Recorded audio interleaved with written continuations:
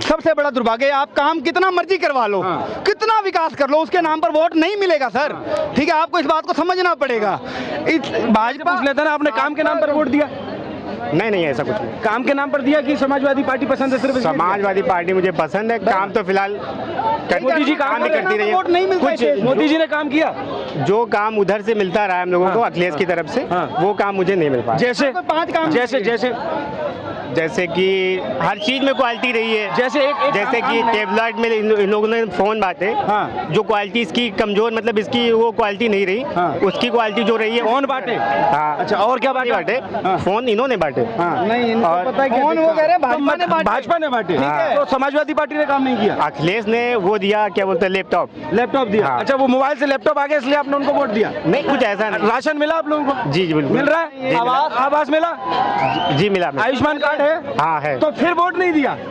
Sir, एक second, सब दे दो, पर वोट ये इसलिए नहीं देंगे क्योंकि एक इनको देखना है कि हमें वोट देना किसको है। आप ये हैरानी की बात है कि इनको आवास मिला, सुरक्षा मिला।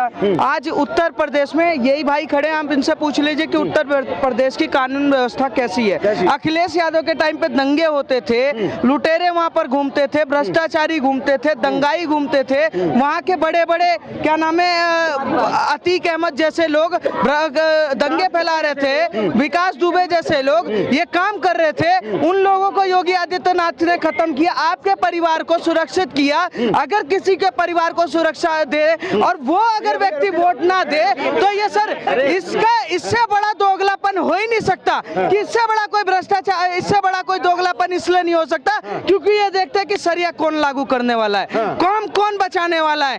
एक रामपुर है, झारखंड में रामपुर है, जहाँ पर 2362 घर है, वहाँ पर 523 लोगों को घर मिला, प्रधानमंत्री नरेंद्र मोदी जी के वो बूथ है। उस बूथ पर नरेंद्र मोदी की सरकार 523 मुसलमानों को घर देती है, पर मुसलमान में से एक बंदा वहाँ पर वोट नहीं देता। ये देखते हैं कि हमारे कौम को कौन बचाएगा। मस्जिद से जो आदेश तो पत्थर मारो, मस्जिद से आदेश तो वोट डालो। मैं ये कह रहा हूँ, नरेंद्र मोदी से मैं गुजारिश कर रहा हूँ कि इस देश के एक मजहब के लिए आप काम करना बंद कर दो, जो आपको वोट दे उसके लिए काम करो। सीधी बात, सबका साथ सबका विकास सबसे बड़ा झूठ है, क्योंकि यहाँ पर एक कौम ये जानती है कि आप चाहे उसके घर में सोने का गेट लगवा दो, चाहे उसके बच्चे को आप IPS ऑफिसर बना दो, वो उसी को वोट देगा जो उसको पत्थर चलाने की ट्रेनिंग के लिए पैसे टाइम पर देगा। इसके अलावा कोई नहीं है। नरेंद्र मोदी कहते हैं कि एक हाथ में कुरान एक हाथ में कंप्यूटर, पर अखिलेश यादव कह देते हैं कि एक हाथ में कुरान एक हाथ में पत्थर, तो ये कहते नहीं वो सही है, हम उसको वोट देंगे क्योंकि उसने हमें पत्थर चलाने की ट्रेनिंग दी। नरेंद्र मोदी अनपढ़ है, नरेंद्र मोदी सरकार नहीं चला सकता, नरेंद्र मोदी तो पागल है। विकास करके क्या फायदा? सड़कें बना दे, हॉस्पिटल बना दे, इलाज भी कराएंगे, घर में राशन भी खाएंगे और लेटरिन में उसी के जाके हागेंगे, और वोट के टाइम पे साइकिल का बटन दबा के कहेंगे जी हमें पत्थर की ट्रेनिंग तो अखिलेश यादव ने मदरसे में दिलवाई, तो हम तो उसको वोट देंगे ना। तो वो मजहब के हिसाब से वोट देने का जो काम ये लोग कर रहे हैं, ये देश के लिए बहुत बड़ा खतरनाक है और खतरा है। आने वाले समय में हिंदुओं को सोचना पड़ेगा कि आप कब तक राजपूत और ब्राह्मण, वैश्य, SC ST OBC आरक्षण और इसमें बटोगे।